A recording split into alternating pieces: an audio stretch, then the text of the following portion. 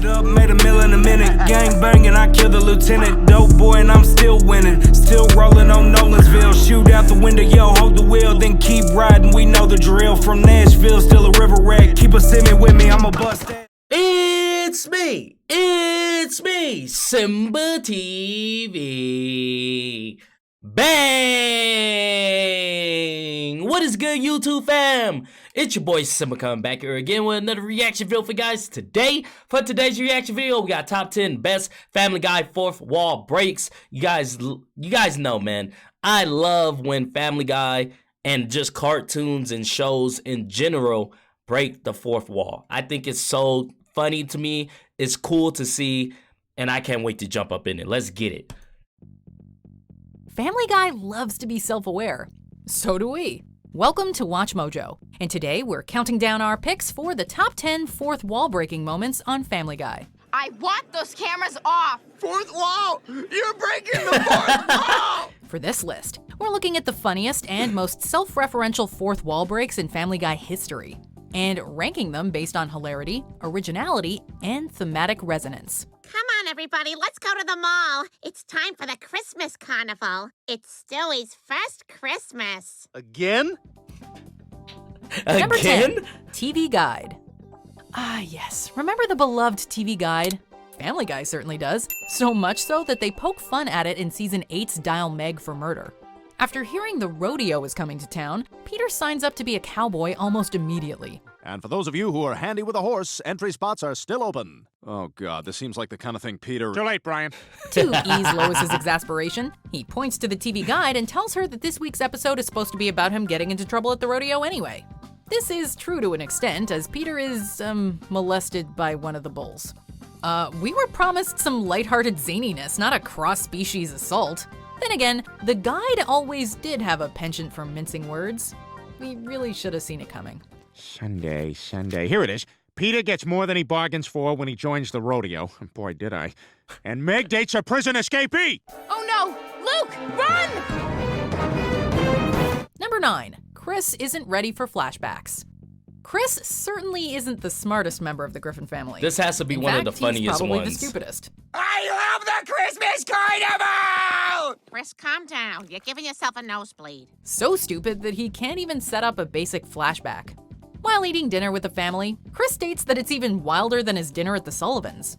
We then cut to the Sullivan family table, where Chris genuinely compliments Mrs. Sullivan on her cooking.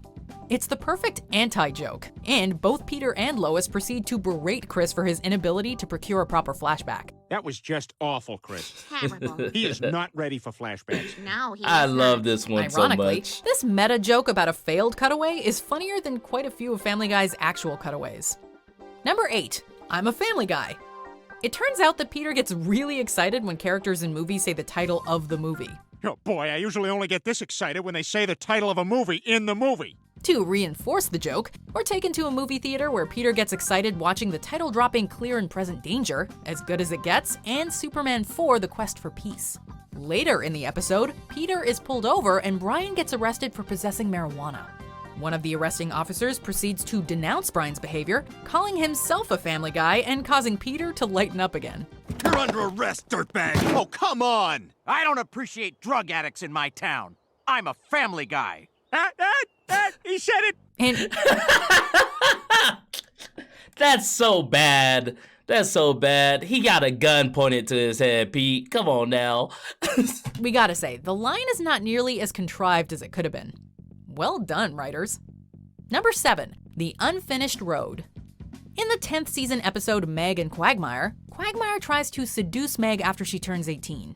He decides to take her to his sex cabin, because of course he has a sex cabin, prompting Lois and Peter to chase him down. Peter, Quagmire has a name for that cabin. He calls it his sex cabin. No, he doesn't. He calls it the Stuff It In. However, they become stuck in traffic because How is that better, Peter? How is that better? The Stuff It In.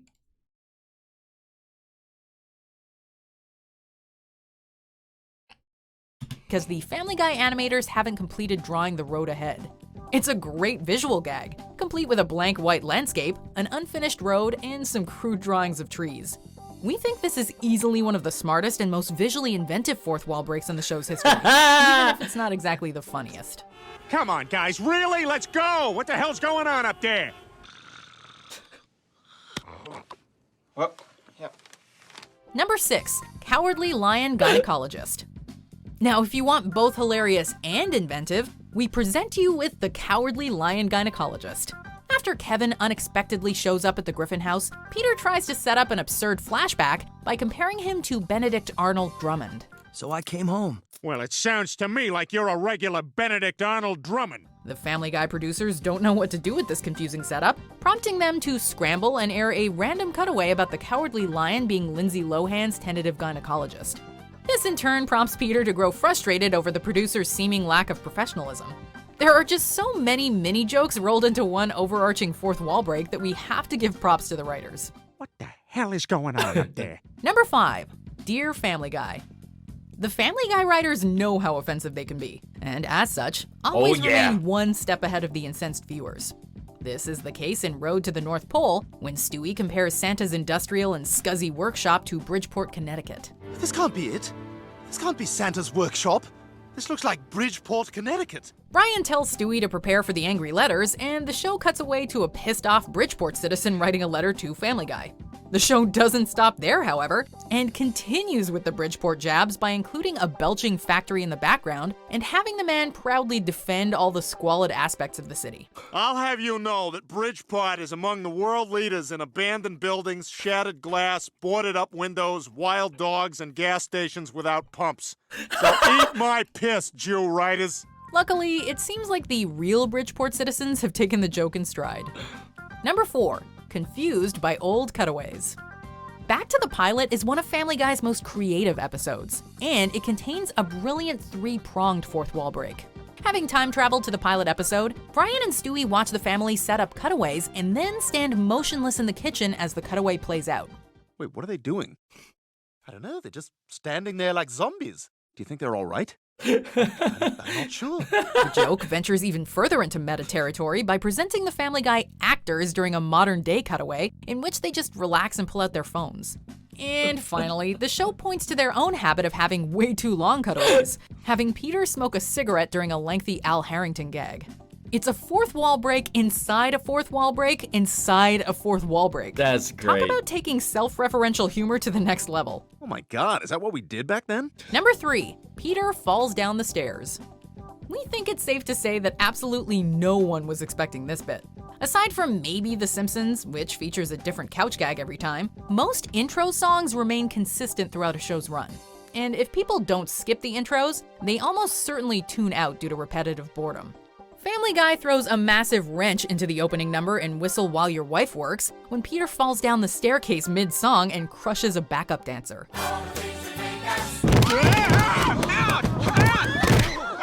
Out! Damn it! Peter, are you all right? No, I think you should call somebody. We also see the walls of the studio as the camera angle changes, and Stewie eventually tells the operator to turn the camera off. You know, you should probably go ahead and shut that off. How have I not seen that? Yo, I gotta go back and watch that. I gotta go find that episode and watch it. I'm gonna watch it full because if it started out like that, I know the whole episode gotta be hilarious.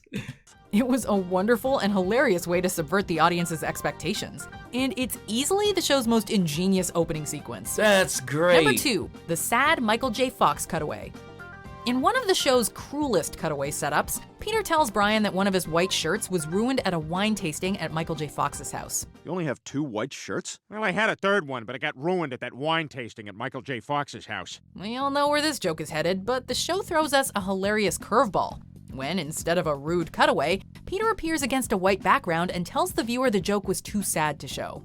He goes on to say that Michael was really nice about the incident, and even wrote Peter a check for the damages, though in illegible scribbles. However, by the end of the cutaway, Peter is notified off camera that they've decided to show the gag after all, and Family Guy goes back to doing what they do best, being incredibly rude to celebrities. Oh, wait, now they're telling me they do want to show it. I really like the finish on this charade. Son of a bitch, what is your problem? I gotta tell ya, due to my love of Michael J. Fox, I had to take a little Family Guy break after that particular cutaway. But I must admit, I do love a good fourth wall break, and our number one pick is probably the most meta of the bunch. So let's check out the honorable mentions, and then we'll see our top fourth wall breaking moment on Family Guy. Old people are gross, no matter how cute they try to make them look on Desperate Housewives. Go ahead, switch over to ABC for 5 seconds. I'll wait 5 seconds.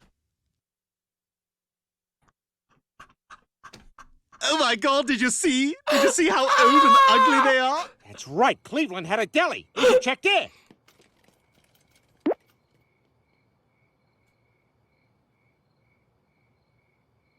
If they die, I'll have nothing to watch on Wednesdays. Other than the fine programs on Fox. Everybody, I got bad news. We've been canceled. Oh no, Peter, how could they do that? Well, unfortunately, Lois, there's just no more room on the schedule. We've just got to accept the fact that Fox has to make room for terrific shows like Dark Angel, Titus, Undeclared, Action, That 80s Show, Wonder Falls, Fast Lane. Oh, look at his face. He looks like Oliver Platt climbing a flight of stairs. Hey, that's a low blow. I'm gonna call the network and complain. Where's the phone? It's upstairs, Oliver. Yeah, they know what they did. Before we continue, be sure to subscribe to our channel and ring the bell to get notified about our latest videos. You have the option to be notified for occasional videos or all of them. If you're on your phone, make sure you go into your settings and switch on notifications. Number 1, it's a cartoon. Remember when Family Guy got ahead of the offended Bridgeport viewers? Well, they flip it on the audience again in Season 7's Steroids, when Peter spends most of the episode inappropriately complimenting Chris's new girlfriend. Wait, Lois, knock it off for a sec. Connie, you are really pretty. I mean, you have filled out something wacky. Oh, thanks, Mr. Griffin. I like what you're doing with your boobs. Dad! By the end, Connie gets knocked down at a party and Peter walks in to declare that she needs help. He then lays himself on her body and, knowing that this is the breaking point for most audiences, turns to the camera and accuses the viewer of being sick and twisted as nothing bad is actually happening. It's a perfect example of Family Guy's self-referential nature, its penchant for directly addressing the viewers, and its ability to deflect criticism through intelligent meta-humor. In short, it is the perfect fourth wall break. Man, your dad must be proud. Do you agree with our picks? Family Guy. That's all I can say.